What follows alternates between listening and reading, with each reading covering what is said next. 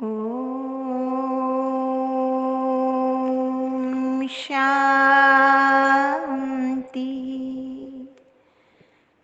सत्यम शिवम सुंदरम सतचित आनंद स्वरूप सत श्री अकाल मूर्त सदाशिव परम पिता परमात्मा की प्यारी संतान, प्यारे भाइयों तथा बहनों, आज दिनांक 5 अक्टूबर 2022 की मुरली का मंथन प्रस्तुत है। देखिए, जन्म 4 प्रकार के होते हैं। एक जन्म से हम सभी वाकिफ हैं और वो जन्म है लौकिक माता पिता के द्वारा दिया हुआ। दूसरा जन्म लौकिक गुरुओं के द्वारा दिया हुआ, जो प्रभु नाम का सिमरन का मंत्र देते हैं, अथवा कुछ विभिन्न धर्मों के द्वारा कुछ विशेष रस्में की जाती हैं।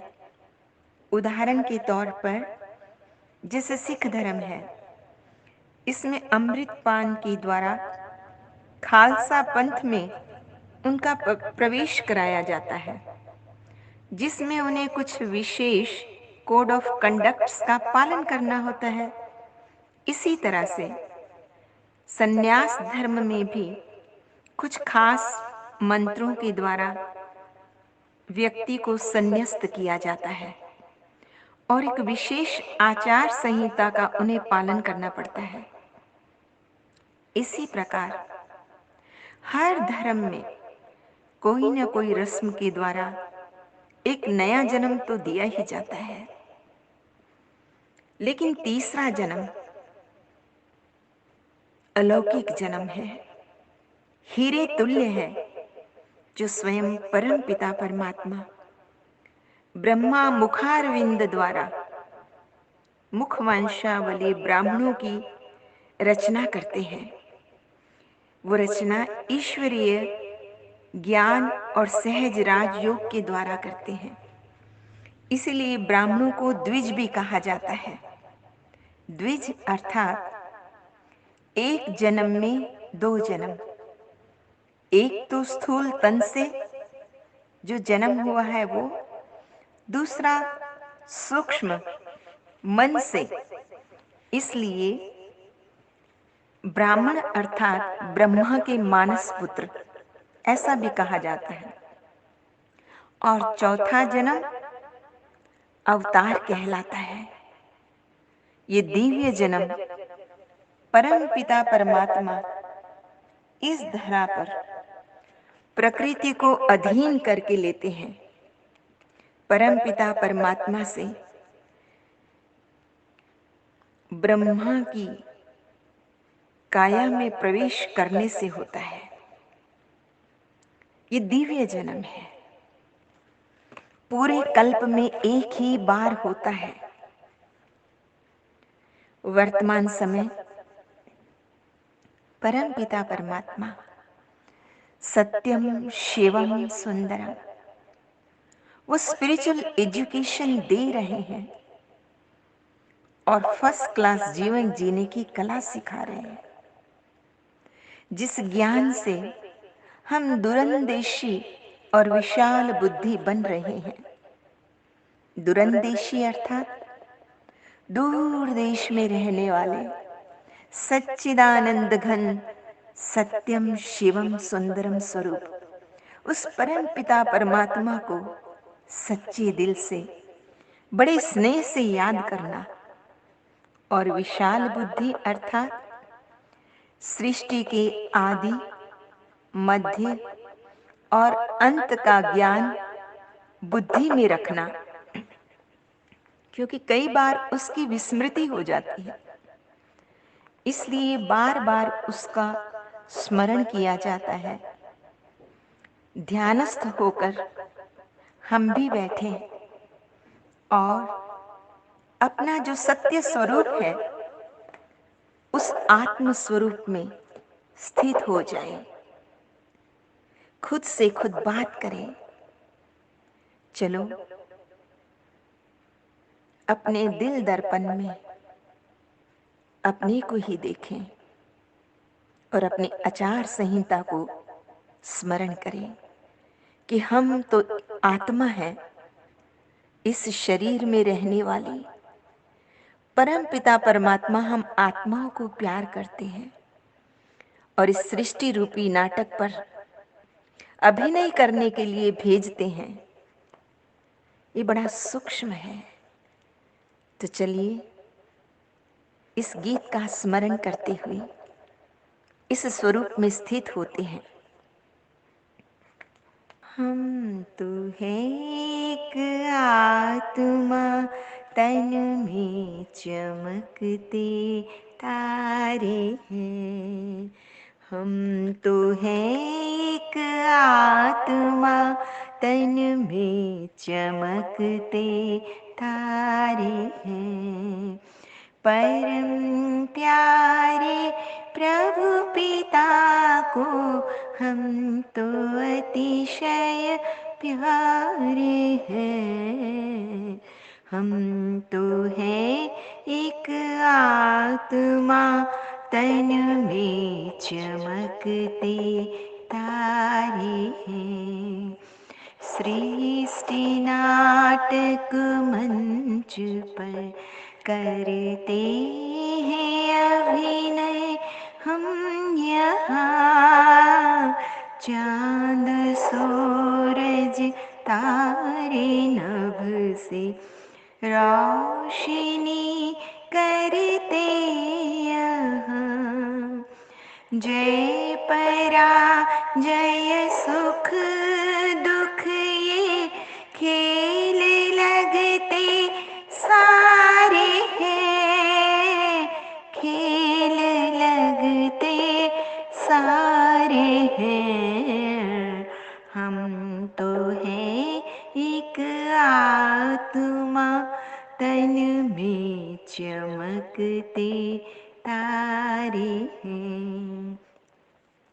कर्म ही पूजा हमारी और सेवा साधना। सांसों में प्रभु को बसाए रखना है आराधना। याचना क्या प्रार्थना क्या, प्रभु जो सब कुछ वारे हैं। प्रभु जो सब कुछ वारे हैं। हम तो हैं एक आत्मा, तन में चमकते तारे हैं। कर्म कैसे करना है इस धरा पर आकर। कर्म योगी साथ प्रभु के, खेल जग का खेलना। और फिर हो कर के साक्षी, कर्म अपने देखना। खिल रहे हम कमल जैसे, सबसे न्यारे न्यारे हैं।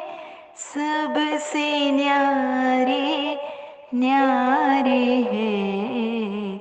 हम तो हैं एक आत्मा, तन में चमकते तारे हैं। परम प्यारे प्रभु पिता को हम तो अतिशय प्यारे हैं। हम तो हैं एक आत्मा। बाबा ने कहा, दुनिया में सभी आत्माएं हैं अल्प बुद्धि, परंतु एक परम पिता परमात्मा वो सर्वज्ञ है, इसलिए वही सत्य का अधिष्ठाता है। दुनिया वाले तो परम पिता परमात्मा कहते जरूर हैं, पर वो जो है, जैसा है, ठीक वैसा उसे जानते नहीं है, अर्थात यथार्थ परिचय नहीं है, इसलिए यथार्थ प्राप्ति भी नहीं होती है। बाबा ने कहा, इस समय तुम योगी तपस्वी बच्चे परम पिता परमात्मा का यथार्थ परिचय जान उससे योग लगाते रहते हो। ईश्वरीय गाइडेंस में इस समय तुम बच्चे स्वयं का भी कल्याण कर रहे हो और संपर्क संबंध में आने वालों का भी कल्याण इस ईश्वरीय ज्ञान एवं सहज राजयोग के द्वारा कर रहे हो। क्योंकि वर्तमान समय समूचे विश्व की आत्माएं विकारों की दलदल में आकंठ डूबी हुई है, लेकिन तुम करुणा सागर के बच्चे, तुम्हारा कर्तव्य है तुम्हें उन्हें उस दलदल से बाहर निकालने की सेवा करनी है। आज का वरदान है, सदा उमंग उत्साह के पंखों द्वारा उड़ती कला की स्थिति का अनुभव करने वाले कर्म योगी भव। उमंग उत्साह हम योगी तपस्वी आत्माओं की उड़ती कला के पंख हैं। जितना उमंग उल्लास अधिक होगा, उतना अध्यात्म की उच्च और सूक्ष्म स्थितियों का अनुभव हम कर पाएंगे। यदि उमंग उत्साह की कमी होगी तो हमारा जीवन नीरस हो जाएगा, रसहीन हो जाएगा और उच्च स्थितियों का अनुभव भी नहीं कर पाएंगे। ये उमंग उत्साह योगी आत्मा के लिए टॉनिक है, इसलिए उमंग उत्साह को बनाए रखना है। नहीं तो ऐसा न हो कि त्रिशंकु की भांति बीच में ही लटके रहें। उमंग उत्साह का जीवन में रस होगा तो हम कभी भी हतोत्साहित नहीं होंगे, न दिल शिकस्त होंगे, अपितु सदैव आनंद, मौज और खुशी में होंगे। योगी तपस्वी आत्माएं जब कार्य अर्थ नीचे आती हैं तो कर्म योगी बनकर कर्म में आते हैं। कर्मयोगी अर्थात वो आत्मा जो योग युक्त, युक्ति युक्त और शक्ति युक्त कार्य करने वाली है। उमंग उत्साह में इतना बल है कि वो तूफान को भी तोहफा बना देता है। परीक्षा व समस्याओं को वो मनोरंजन बना देता है। आज का स्लोगन है, जो अशरीरी स्थिति के अभ्यासी हैं उन्हें शरीर की आकर्षित नहीं कर सकती। इसलिए हम बच्चों को अशरीरी अर्थात इनकॉर्पोरियल स्थिति में स्थित रहने का अभ्यास निरंतर करते रहना है। अच्छा, मीठे मीठे सिकिल दे बच्चों प्रति माता पिता बाप दादा का याद प्यार और गुड मॉर्निंग। रूहानी बाप की रूहानी बच्चों को नमस्ते। हम रूहानी बच्चों की रूहानी माता पिता बाप दादा को याद प्यार, गुड मॉर्निंग और नमस्ते। सदा रहो हंसते, कहीं नहीं फंसते, बन जाओ फरिश्ते, बांध लो अपने बसते, चलो प्रभु के रस्ते। वाहिगुरु जी का खालसा, वाहिगुरु जी की फतेह। बोल साचे दरबार की जय। लोका समस्ता सुखिनो भवन्तु, लोका समस्ता सुखिनो भवन्तु, लोका समस्ता सुखिनो भवन्तु। ओम